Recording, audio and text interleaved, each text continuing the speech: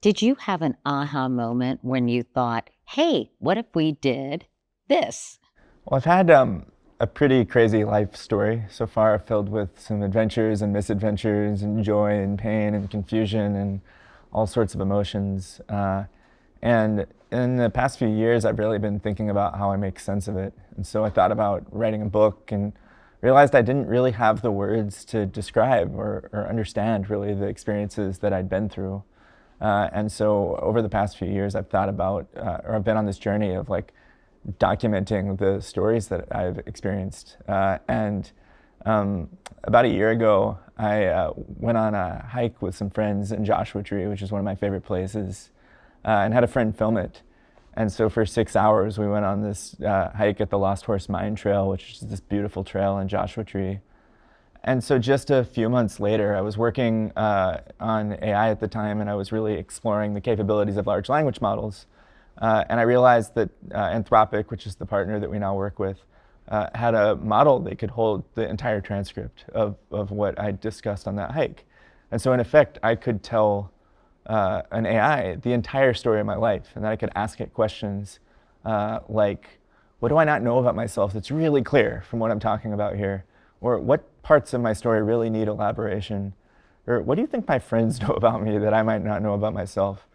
And that was really addictive and interesting and provocative. And I realized in that moment that not everybody was going to get their friends to record them on a 6 hour hike, but that if we could find a way to make it really easy for people to answer questions about their life stories, then there would be a lot of really rich insight and meaning making to be done from it.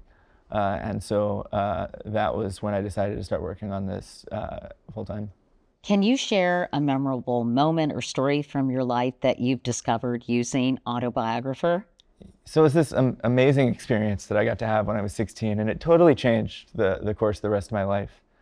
And so as I was talking to the guide about it, I started to understand in a world where I had not had this like great relationship with my father, that my dad had actually done a lot of the work to allow me to have this opportunity. And so I thought about the jobs I'd had as a teenager, like my first job when I was 15 at McDonald's, or when I got back from being a page at 17 and worked at a sporting goods store before college. And each of these jobs were in some part due to how like integral my dad was to our community. So he had really worked hard to help me get opportunities with friends in our community. And I had never really understood that.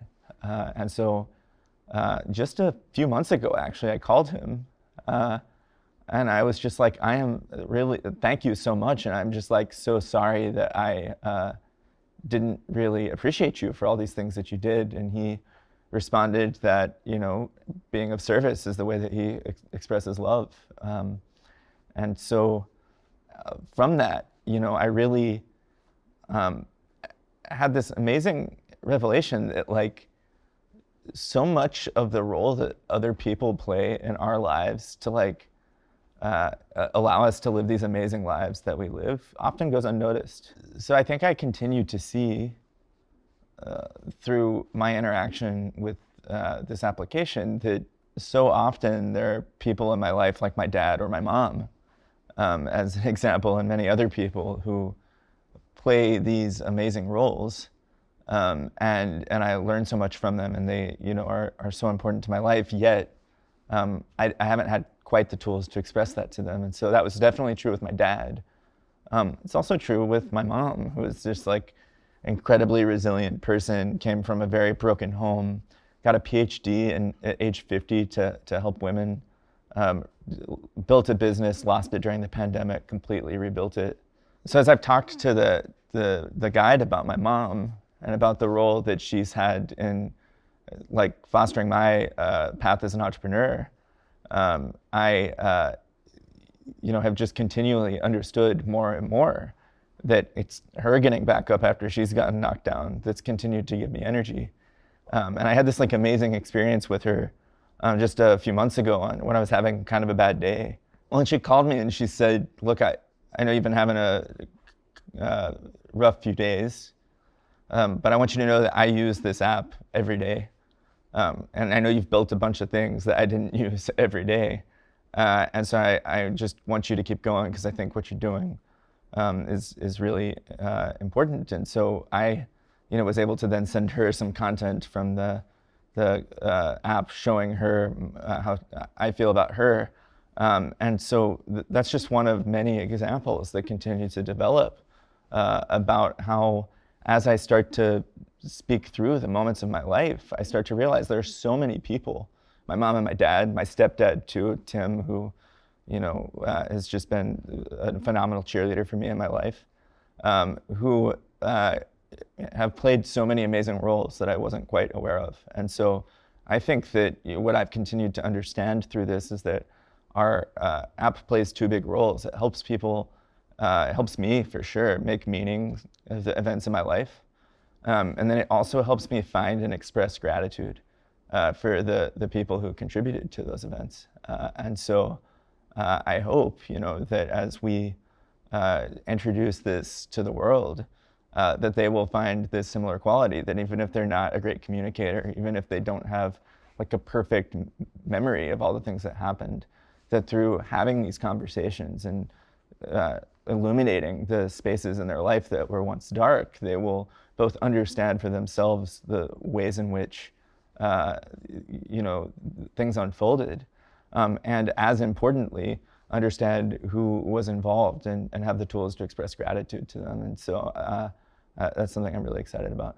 What about your own children? If you have a family one day, is this something that you hope to be able to pass on to the next generation? Well, yeah, I think, I am really optimistic about the effect that this technology could have on children. Now, of course, I think our top priority at Autobiographer is safety and privacy and ethics and making sure that we're deploying this technology in a thoughtful way. And so I think there's a whole lot to figure out around the role of AI in children. And so, that's a lot that will unfold and we'll figure out over time. But when I think about my own experience, like many kids, I was bullied as a child. And so as I think about what it would have been like to have access to a biographical guide as a child, to ask me about the details of my day and to remind me about good days and help me draw patterns and understand, that the experiences that I was having were very human and they weren't about me, they were about others, and really just be connected to the wisdom. And also, and this is really important, be invited to ask questions of myself about how I really felt and what my memory was of those situations. I think that, I would have been a lot more at peace at that time. And so, whether it's children or adults or anyone, I think it's a really compelling idea that we might invite people to just regularly engage in dialogue about their memories and thoughts, and to regularly make meaning and ultimately understand more about themselves and sort of the people they want to be in the world.